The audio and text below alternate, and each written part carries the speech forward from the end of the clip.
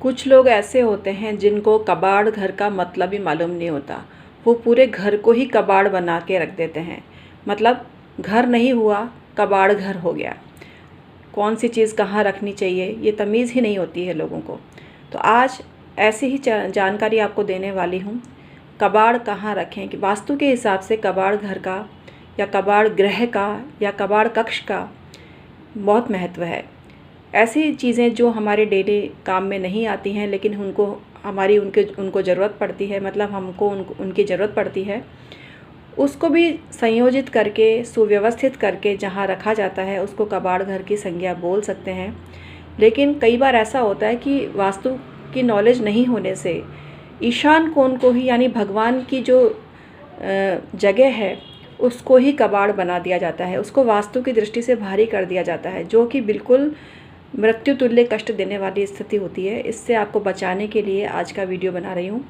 जो लोग अपने घर में कबाड़ घर ईशान कोण में बनाए हैं या ऐसी जगह बनाए हैं जो वहाँ उनको उसका निर्माण नहीं करना था, वो कर बैठे हैं, उसका वास्तु दोष कैसे दूर करें और उसको कहीं अन्यत्र कैसे शिफ्ट करें जिससे आपको कोई समस्या जीवन में नहीं आए।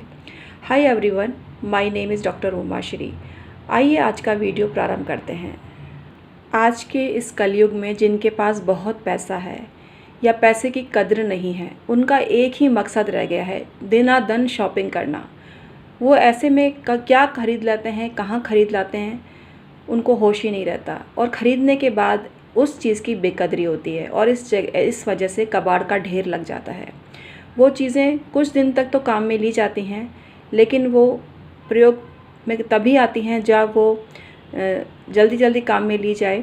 लेकिन ऐसी स्थिति आ जाती है जब उसमें रुचि नहीं रह जाती है और उसको कबाड़ घर का हिस्सा बना दिया जाता है।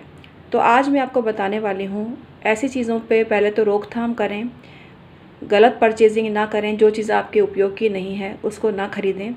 लेकिन उससे भी महत्वपूर्ण है कबाड़ रूम कहाँ बने, उसके बारे में जानकारी देने जा रही हूँ। आपके घर का एक रूम होता है जिसको मास्टर बेडरूम बोलते हैं। वो मास्टर बेडरूम भी होता है, लेकिन आपको उस दिशा में कबाड़ कक्ष भी बनाना चाहिए, क्योंकि साउथ वेस्ट यानी नैऋत्य दिशा कबाड़ के लिए प्रशस्त की गई है। जो भी चीज़ें भारी हैं या आपके उपयोग में नहीं आती हैं, उनको सुनियोजित करके सुव्यवस्थित करके वो कमरा बना सकते हैं, जिसमें साउथ वेस्ट में व्यवस्था करें, नैऋत्य कोण में व्यवस्था करें।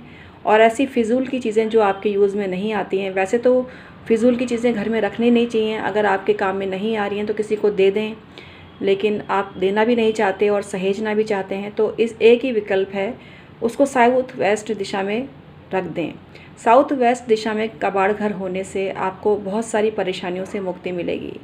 अगर आपका कबाड़ घर ईशान कोण में है या वायव्य कोण में है, वायव्य कोण में स्पेशली है, तो विस्तार होता जाएगा।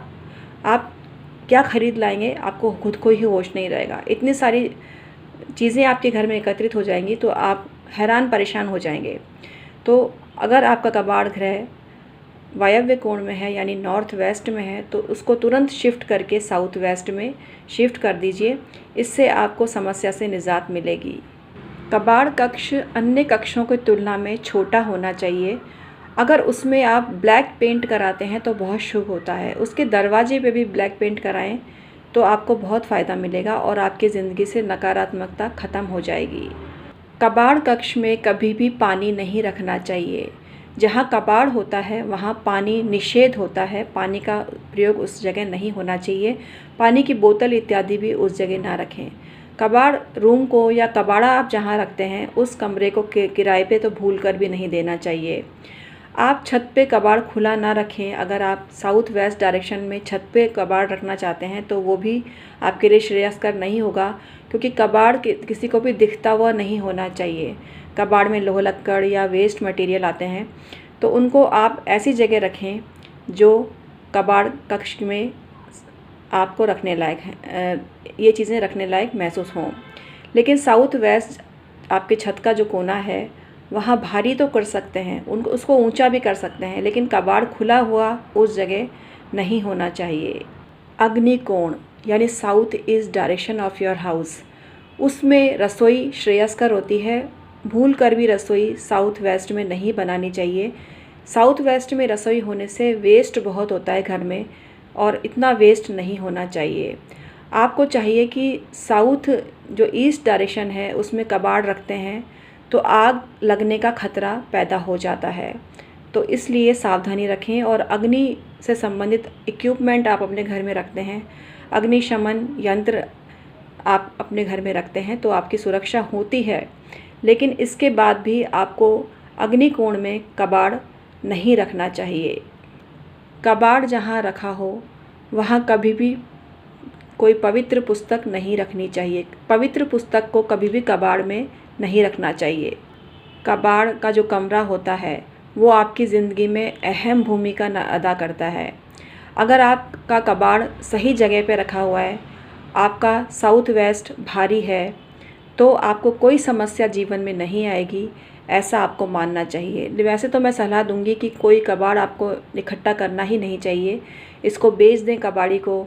लेकिन कई चीज़ें ऐसी होती हैं जो हमें ज़रूरत पड़ती है, उन चीज़ों की कभी कभी ज़रूरत पड़ती है, और वो चीज़ें स्टोर रूम में रख दी जाती हैं या कबाड़ में रख दी जाती हैं। अगर आपके घर में स्टोर रूम है तो उसकी व्यवस्था अलग करें, लेकिन कबाड़ रखने का जो स्थान आपने बना रखा है उसको ही स्टोर का नाम आप दे सकते हैं, और उसमें कुछ चीज़ें संयोजित करके रख सकते हैं, मैनेज करके रख सकते हैं, जिससे आपको कभी परेशानी नहीं होगी। अगर आप ऐसे कबाड़ रखते हैं तो आपकी ज़िंदगी में बहाने मार मार के पैसा आएगा, क्योंकि जो साउथ वेस्ट डायरेक्शन होता है कबाड़ की दृष्टि से बहुत बेस्ट माना गया है। और वहाँ आप कबाड़ रखते हैं तो न केवल आपकी बरकत चालू हो जाती है, बल्कि आपके घर के सदस्यों को नौकरी भी मिलती है, उनका व्यवसाय भी चमकता है, काम धंधा उनका चमकने लगता है, जिसके प्रताप से आपके घर में खूब सारा पैसा और धन आने लगता है। तो आज का वीडियो इतना ही था। आई होप आपको पसंद आया होगा। Thank you so much.